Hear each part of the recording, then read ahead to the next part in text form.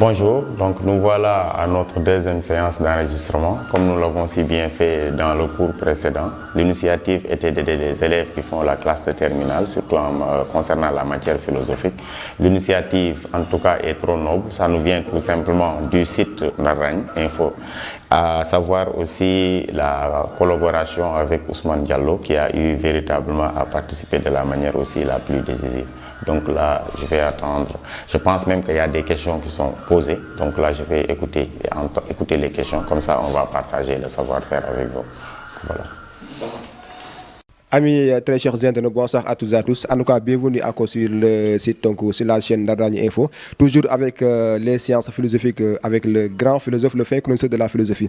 Maintenant, le temps aussi de commencer la séance d'aujourd'hui, nous allons donner la parole à quelqu'un, un écrivain et l'auteur du livre fondamental, Djibril Diallo, qui va attribuer les remerciements des élèves. Ne pas savoir ce que tu ressens est différent de ne pas ressentir du tout. Chers professeurs, les mots nous manquent pour vous exprimer nos remerciements et nos gratitudes. Votre disponibilité, votre sagesse nous impressionne depuis toujours et c'est avec un grand plaisir que nous vous disons merci. Merci à vous.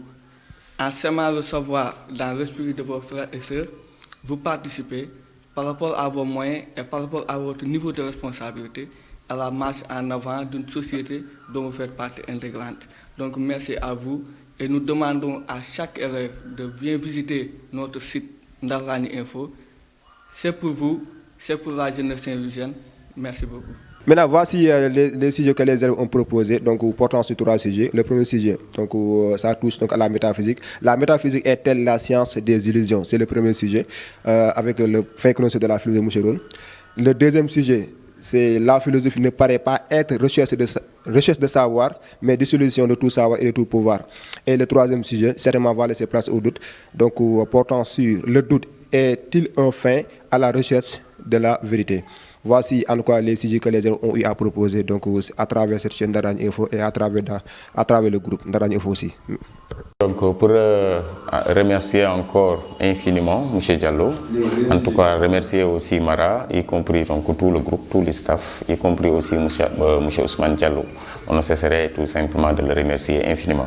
Donc la première question donc, se porte sur la thématique de la métaphysique, à savoir la métaphysique serait-elle la science des illusions? Alors déjà, le piège en tout cas qui semble apparaître dans le sujet, c'est que la métaphysique est assimilée à une science. D'abord, qu'est-ce qu'une science? Et pour qu'est-ce que la métaphysique et dans quelle forme, en tout cas, ou bien dans quelle mesure peut-on assimiler la métaphysique à une science vaine? D'abord, pour comprendre la métaphysique, ce serait tout simplement cette science qui se situe au-dessus de l'expérience sensible. C'est une forme de théologie et une ontologie rationnelle qui se fonde sur les principes de la raison pour expliquer les causes premières et les fins dernières. Mais la métaphysique semble être une science vaine dans la mesure où, quand on parle de science, elle s'attribue à un corps de connaissance, une forme de connaissance qui s'appuie sur des démonstrations solides et des expérimentations dans des laboratoires. Assimilé tout simplement à une telle définition, on voit que la métaphysique semble être une science vaine, sous prétexte qu'elle est théorique, elle est abstraite, contradictoire, parce que rappelez-vous que les métaphysiciens n'arrivent jamais à s'entendre sur un propos bien défini, mais également elle semble être une abstraction parce que la métaphysique semble même nous détourner de l'essentiel. Certains même vont l'assimiler à une maladie chronique de l'esprit. On se rappelle d'Auguste Comte tout simplement quand il voyait que la métaphysique est une connaissance qui n'a pas en tout cas de finalité objective. Mieux encore, pour comprendre que la métaphysique n'est pas une pensée véritable, il faut comprendre que les métaphysiciens essayent d'expliquer donc le concept métaphysique à partir du principe de la raison.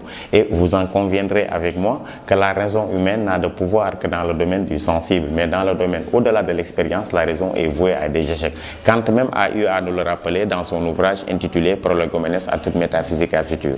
Kant nous rappelle que la raison humaine, soumise dans une partie de ses connaissances, elle est vouée tout simplement à des échecs parce qu'elle ne peut pas s'investir dans le domaine des noumènes. Qu'est-ce que ça veut dire noumènes? Ce sont les réalités qui se situent au-delà de l'expérience. Et d'ailleurs, c'est la raison raison pour laquelle même Kant, dans le domaine de la métaphysique, d'ailleurs ses propos, ça vient de Kant, hein, c'est Kant qui a conçu la métaphysique comme œuvre de la raison, comme étant une simple illusion. Mieux encore, la métaphysique semble être une perte de temps, parce qu'on peut se demander à quoi peut servir une théorie de Heidegger, une théorie de Platon ou de Descartes, alors concernant en tout cas une réalité bien définie, concernant un enfant qui est malade, par exemple, on va dire que la métaphysique serait vaine, dépourvue de tout intérêt pratique, on va même dire une sorte de perte de temps. Voltaire aurait assimilé la métaphysique à tout simplement deux penseurs, à qui celui qui dit n'arrive plus à savoir ce qu'il dit et celui qui écoute n'arrive plus à l'écouter. C'est dire tout simplement que la métaphysique serait dépourvue de tout intérêt pratique. Elle est théorique, elle ne donne pas de résultats apodictiques, elle ne donne pas de solutions ponctuelles, mais la métaphysique serait une perte de temps dans la mesure où elle ne semble pas s'intéresser sur nos préoccupations quotidiennes. On va même dire que certains même vont assimiler la métaphysique à une science des illusions, à une science qui n'arrive pas à répondre à nos exigences. On peut aller aussi donc pour parler de la contradiction perpétuelle, parce que les métaphysiciens n'arrivent jamais à s'entendre. Kant avait même dit un champ de bataille où se livrent ces combats sans fin. C'est dire véritablement que la métaphysique semble être une science qui n'a pas une grande considération. Mais il faut retenir une chose, même si la métaphysique ne donne pas de solution ponctuelle, même si la métaphysique ne donne pas une démonstration solide ou bien des expériences dans des laboratoires, la métaphysique peut se réclamer d'être une science valable. Donc, on a eu à montrer que donc la métaphysique semble être cette forme de connaissance vaine, dépourvue de tout intérêt pratique, parce qu'elle ne donne pas de solution appropriée à nos problèmes. Mieux encore, elle ne peut pas servir à transformer le monde. Donc, on va dire que la métaphysique serait cette forme de pensée inutile, tout simplement donc une utopie qui ne peut rien entreprendre, mais également qui ne donne pas de solution appropriée à nos problèmes. Dans ce cas, on va dire que la métaphysique serait la science des illusions. Et je vous rappelle que donc c'est des propos de Kant. Mais dans une deuxième approche, on ne peut pas tout simplement dire que la métaphysique donne des solutions appropriées à nos problèmes. On ne peut pas dire que la métaphysique arrive à donner des résultats apodictiques comme les sciences expérimentales, mais elle reste une connaissance valable. Pourquoi? Parce qu'il y a même une possibilité de connaissance métaphysique. Rappelez-vous, certains métaphysiciens, à l'image tout simplement donc de Platon, il essaie de nous rappeler que la métaphysique est une possibilité de connaissance. D'ailleurs, même il a eu à assimiler la métaphysique à une dualité, sous prétexte qu'il y a un monde sensible. Ce monde sensible relève de l'utopie, de l'illusion, alors que l'autre monde relève du monde véritable. Alors on se rappelle véritablement qu'il parlait de l'amour de soi, du corps, d'un corps, de beau corps, de belle âme, de belle vertu pour accéder à l'amour en soi, qu'on peut atteindre que par une conversion dialectique. Mais mieux encore, on peut comprendre qu'il y a possibilité de connaissance parce qu'il critique même les mathématiciens qui partent de la logique de l'hypothèse, considérant que c'est la première vérité. Et Platon nous rappelle que donc une hypothèse ne saurait être une première vérité. Il nous dit tout simplement que donc la première vérité serait la vérité sur laquelle toute vérité se fonde. Descartes aussi semble s'inscrire dans la logique quand il nous disait que la métaphysique est au-dessus même de la philosophie, elle est au-dessus même de la science. Pour simple raison, il avait assimilé à cette forme métaphorique quand il disait toute philosophie est comme un arbre dont les racines constituent la métaphysique, le tronc la physique et les autres branches qui y recèlent. Il les résume en trois: la médecine, la mécanique et la morale. Mieux encore, il y a des intuitions profondes qui n'ont pas besoin d'être prouvées. C'est dire véritablement qu'il y a une possibilité de connaissance métaphysique et au sens large, elle peut se réclamer d'être une science. Mais aussi, on peut aller plus loin. On peut se demander, malgré donc les résultats que les sciences nous donnent, malgré la possibilité de transformation technique, il y a certaines questions qui font partie du paysage moral, intellectuel et spirituel de l'homme. Alors que les sciences comme les techniques restent muettes. On sait que c'est les questions d'ordre métaphysique. Je veux parler de la mort, la question qui se porte sur le destin, sur l'amour, sur tout simplement le paradis, l'enfer, la question qui se porte sur Dieu, à savoir véritablement aussi la question qui se porte sur la liberté. Ce sont des questions qui nous intéressent. D'ailleurs, il y a un penseur allemand du nom de Georges Gustave, il nous rappelle que malgré la présence de la science, malgré la présence de l'esprit scientifique, il y aurait toujours des questions indépassables. C'est la question du moi, de Dieu, de l'âme, de la mort, de notre destinée et de notre liberté. Pour dire qu'elles sont des questions vivifiantes, elles sont des sujets d'actualité et restent et demeurent des questions indépassables. On peut aller plus loin encore pour dire que les questions métaphysiques font partie de notre quotidien. Pour simple raison, comme le rappelle Arthur Schopenhauer, l'homme est un animal métaphysique. Ce qui veut dire quoi? Dans tout notre vécu, il y a tout simplement une part de métaphysique. On peut même aller plus loin pour dire que l'homme a besoin de faire une élévation, l'homme a besoin de percer les mystères, l'homme a besoin de comprendre et de connaître l'essentiel de l'aperçu et l'essentiel de l'inaperçu, pour dire tout simplement que les questions métaphysiques restent et demeurent des questions essentielles. On peut même aller plus loin encore pour dire que les interrogations métaphysiques semblent s'intéresser véritablement sur le bien-être du monde. En tout cas, notre monde n'est pas moralement meilleur.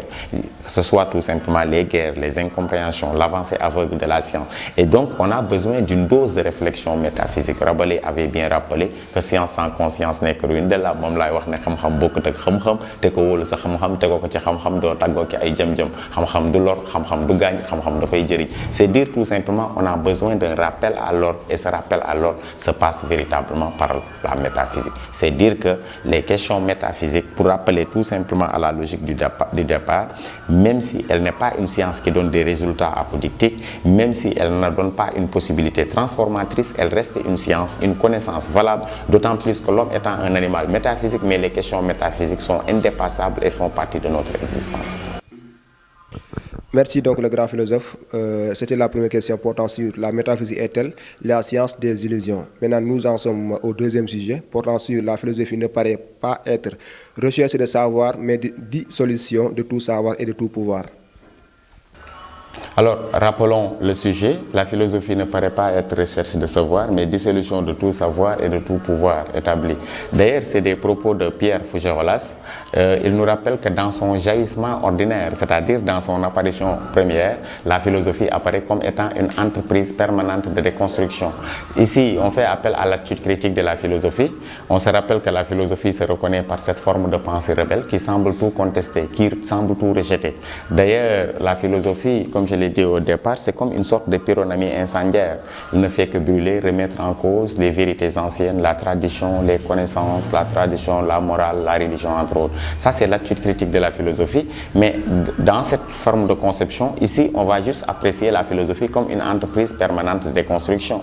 On peut même parler du doute sceptique. On peut parler tout simplement de cette recherche perpétuelle de la philosophie qui n'arrive pas à donner de finalité. On peut aussi parler de la philosophie comme une entreprise permanente de déconstruction. Comment elle remet en cause les croyances mythico-magico-religieuses, que ce soit la tradition, les vérités, la morale, entre autres. Mais le piège, c'est quoi? C'est qu'on a dit que la philosophie, dans son jaillissement, ne paraît pas. Donc, ici, ne paraît pas, mais pourtant la philosophie est recherche de savoir. Si la philosophie était tout simplement une dissolution, voire même une entreprise donc, de déconstruction, la philosophie serait une pensée inutile. Et d'ailleurs, même ce sont des sujets pièges qu'on propose souvent. La philosophie n'est pas recherche de savoir. Est-elle uniquement une déconstruction? La philosophie se résume-t-elle à une simple...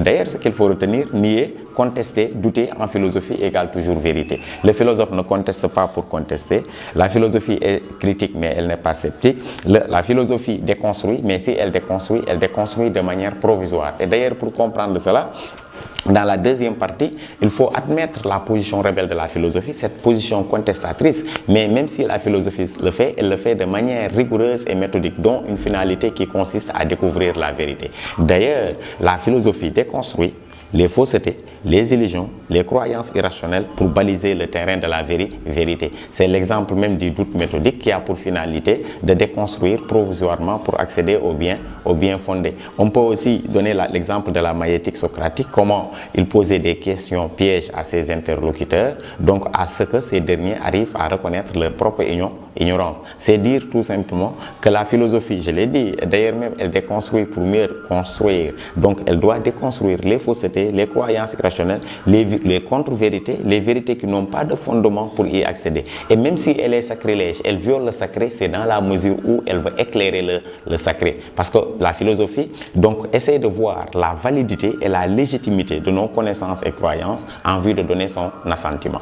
Pour philosopher, il faut faire une évaluation critique, il faut contester, mais cette contestation est provisoire et rigoureuse, et je l'ai dit, a une seule finalité qui consiste à découvrir la vérité. On se rappelle même de la définition. Étant amoureuse de la vérité, donc elle doit s'investir rigoureusement. Et pour y parvenir à ses fins, elle conteste, Elle nie, elle remet en cause, mais de manière méthodique, de manière intellectuelle, de manière provisoire, dont la finalité est toujours d'y arriver au bien fondé. Telle est la conception véritablement de Pierre de Fougelas. Et d'ailleurs, ça montre même toute l'importance qui est accordée à l'esprit critique. Je pense qu'il faut faire la part des choses. Un esprit critique est différent d'un esprit de critique. Un esprit critique est un esprit alerte. Un esprit critique n'est pas un esprit grénicheux. Un esprit critique est un esprit autonome. Un esprit critique est un esprit, en tout cas, qui fait confiance à la démonstration, mais la finalité, toujours, c'est la découverte de la vérité. Contrairement à un esprit de critique qui consiste à douter pour le plaisir de douter. Le philosophe a un esprit critique, un esprit alerte, un esprit autonome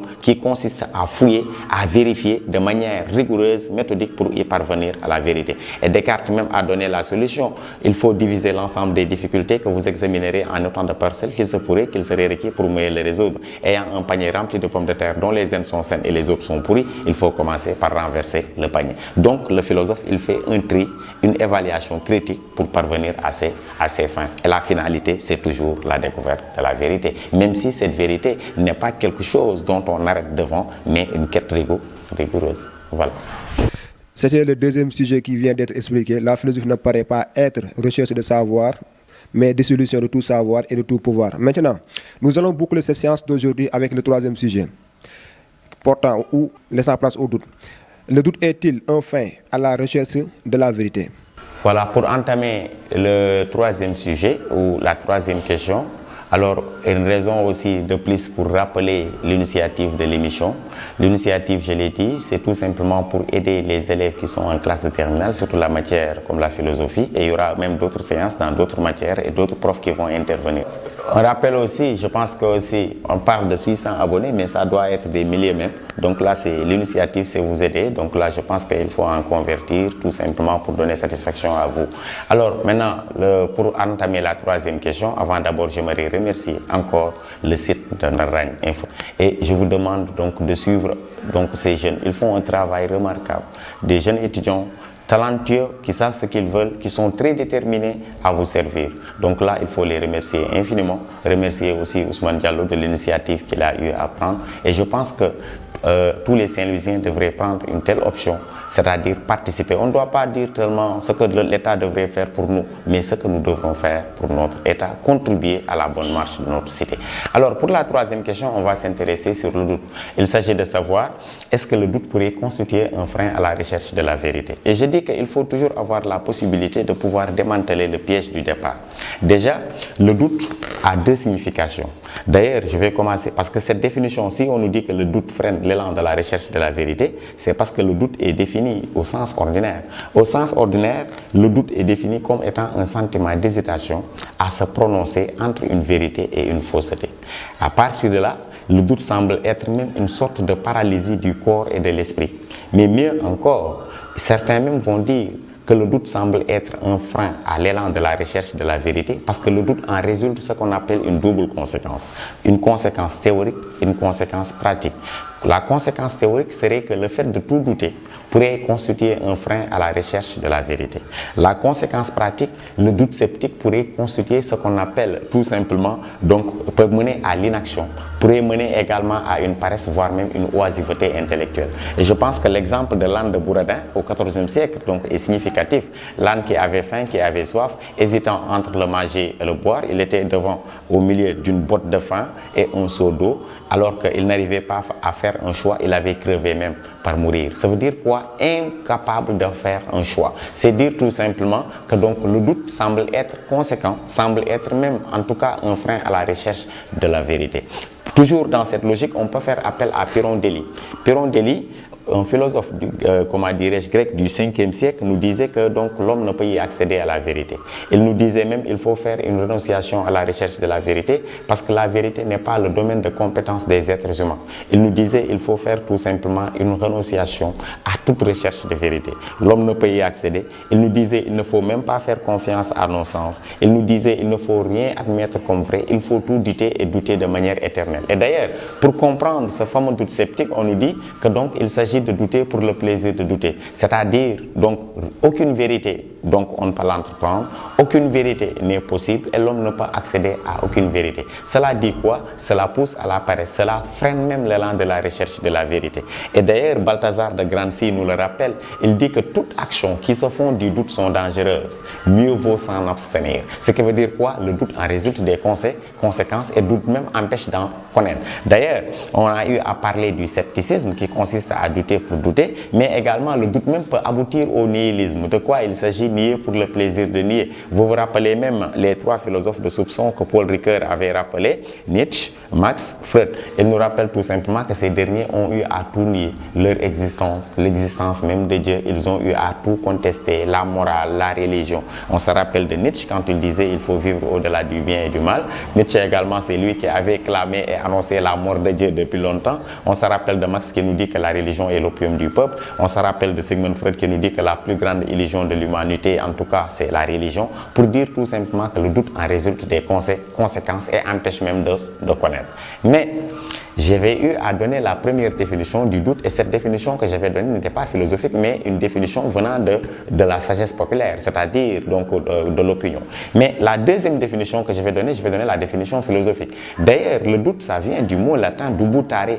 Dubutare veut dire quoi? Mettre sur la balance. Et déjà, quand on met sur la balance, on sait que la balance, c'est pour évaluer, c'est pour mesurer. Donc le doute apparaît comme quoi? Comme étant ce qu'on appelle un acte de prudence. Le doute apparaît comme quoi? Comme ce qu'on appelle un moyen de vérification. Le doute apparaît comme quoi? Comme étant tout simplement ce qu'on appelle un sentiment ou un moyen pour évaluer les connaissances, les vérités, les croyances, la tradition, la morale, la religion et même toute forme de vérité pour y parvenir à les éclairer.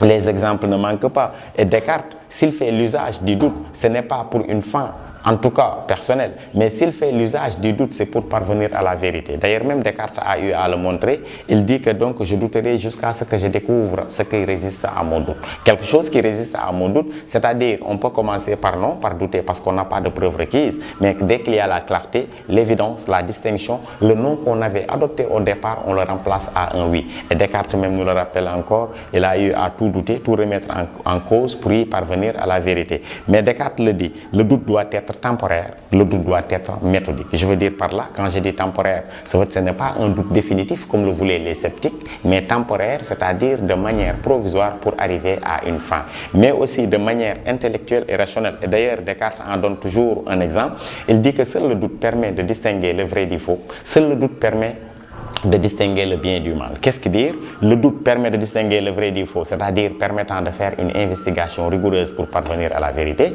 sous prétexte que le doute permet de dénoncer les faussetés, les illusions, croyances irrationnelles, les contre-vérités. Le doute également permet de distinguer tout simplement le vrai du faux, comme je l'ai dit, mais aussi le bien du mal. Ça veut dire que même le doute est important même dans l'attitude de l'homme. Ça veut dire que pour avoir des comportements référentiels, pour tout simplement élire tout simplement notre humanité et vaincre notre animalité, on doit faire une césure d'une animalité, on doit interpeller le doute. Mais mieux encore, le doute même semble interpeller ce qu'on appelle la grandeur humaine. Descartes nous le rappelle toujours quand il dit « je doute avec certitude, je suis un humain ». Ce qui veut dire quoi? Le doute même est l'importance en tout cas de l'homme. Ça veut dire que celui qui ne doute pas, il semble être cet idiot qui est béni dans son doute. Ça veut dire quoi? Dans sa rassurance. Et il est préférable d'en douter que de ne pas en douter. Pour simple raison, ce n'est pas le doute, mais la certitude qui tue. Ce qui veut dire quoi? Le doute est libérateur, alors que la certitude nous emprisonne, parce qu'on n'a pas la possibilité de vérifier à l'intérieur. Alors que le doute est un acte de vérification, un moyen ou une évaluation critique permettant tout simplement de dénoncer les illusions et les croyances irrationnelles pour accéder au bien fondé. Et d'ailleurs, on a eu aussi à le rappeler avec Balzac. Balzac nous dit, le grand problème de ce monde, c'est que seuls les idiots ne doutent de rien. Ils sont trop sûrs d'eux-mêmes. Ça veut dire quoi? Celui qui est intelligent, il doute. Il commence par admettre, en tout cas, que le doute étant l'élément primordial, déclencheur, permettant à l'homme de dénoncer les contre-vérités pour y accéder à la vérité. Mais mieux encore, quand on commence avec le doute, on finit par la certitude. Mais quand on commence avec la certitude, on finit par le doute. Donc il est préférable d'en commencer par douter pour parvenir à la certitude. Mais mieux encore, le doute est libérateur. Rappelez-vous de Platon dans le mythe de la caverne, quand il décrit tout simplement. Parce que dans le mythe de la caverne, ce que Platon a voulu montrer, c'est cette forme de grotte noire, ni porte ni fenêtre. Il y a des enfants qui sont attachés, on a attaché le cou, les jambes, les mains. À leur bas âge, ils n'ont pas eu la possibilité de voir cette illusion qui provient d'or. Et il nous dit que ceux qui sont dans la caverne, c'est comme si ceux qui ne doutent pas. Ils acceptent tout ce qu'on leur dit. Mais le jour, d'ailleurs c'est le philosophe qui a eu la possibilité de se détacher, non seulement il va se libérer, mais il va faire un retour dans la caverne pour tout simplement libérer ceux qui étaient attachés. Qu'est-ce que Platon a voulu montrer par là? Que donc si on ne doute pas, il y a ces fausses convictions-là qui nous dominent. Mais dès qu'on commence à douter, on se libère. Donc le doute est un moyen, un sentiment de libération pour l'homme. Mais mieux encore, on peut comprendre que le doute est en même l'élément primordial permettant à l'homme de mieux croire. Il faut asseoir notre foi. Il ne faut pas croire, parce qu'il y a deux manières de croire. Il y a de bonnes croyances, il y a de mauvaises croyances. Les bonnes croyances sont toujours éclairées par la raison et les mauvaises croyances sont des croyances fanatiques. Et pour éviter la mauvaise croyance, comme le dit tout simplement Blaise Pascal, il nous dit que le croyant doit même faire un conflit intérieur. Ce conflit intérieur, pour mesurer, pour peser notre foi, se passe impérativement par le doute. Donc le doute semble avoir une importance capitale. Descartes, revenons avec lui, il nous rappelle que sa mère était grandement chrétienne. Je n'ai jamais lu la Bible. C'est par pure démonstration que j'arrive à démontrer l'existence de Dieu. Donc, même pour croire, c'est le doute qui lui a permis de mieux croire. Et d'ailleurs, c'est la raison pour laquelle on dit que donc c'est par pure coïncidence que tout simplement le Dieu de Descartes ait pu ressembler au Dieu de l'Église. On peut aller plus loin encore pour dire que le doute joue un rôle important et déclencheur. Parce que le doute suscite l'éveil. L'éveil en nous. Celui qui ne doute pas, en tout cas, il reste tout simplement, en tout cas, celui qui dort. Alain le rappelle même. Donc, il faut douter. Le doute est le sel de l'esprit. Et pour terminer, ceux qui n'ont pas encore parcouru le doute, ils vivent avec les préjugés de leur époque sans le consentement de leur raison. Mais le jour qu'on commence à philosopher et à douter, alors on commence à voir autrement le monde. On se rappelle de Bertrand Russell. Et pour comprendre que la valeur même de la philosophie réside dans le doute. Parce que dans sa valeur incertaine, ça veut dire que la valeur de la philosophie réside dans le doute. Donc, le doute ne semble pas porter préjudice à l'homme pour parvenir à la vérité. Au contraire, c'est le doute qui permet à l'homme d'y parvenir. Mais de quel doute il s'agit? Pas un doute sceptique, mais plutôt un doute méthodique qui est provisoire et qui a pour finalité la découverte de la vérité. Donc, je pense que je vous remercie de m'avoir remercié et nous vous rappelons encore qu'il y aura d'autres séances, Inch'Allah, à organiser. Juste une manière, je ne saurais terminer pour remercier aussi donc tout simplement le site. Je demande à tous les élèves qui font la classe de terminale d'y abonner. Inch'Allah, vous aurez à en bénéficier. Remercier Ousmane aussi infiniment. Donc à bientôt pour une autre séance. Je vous remercie.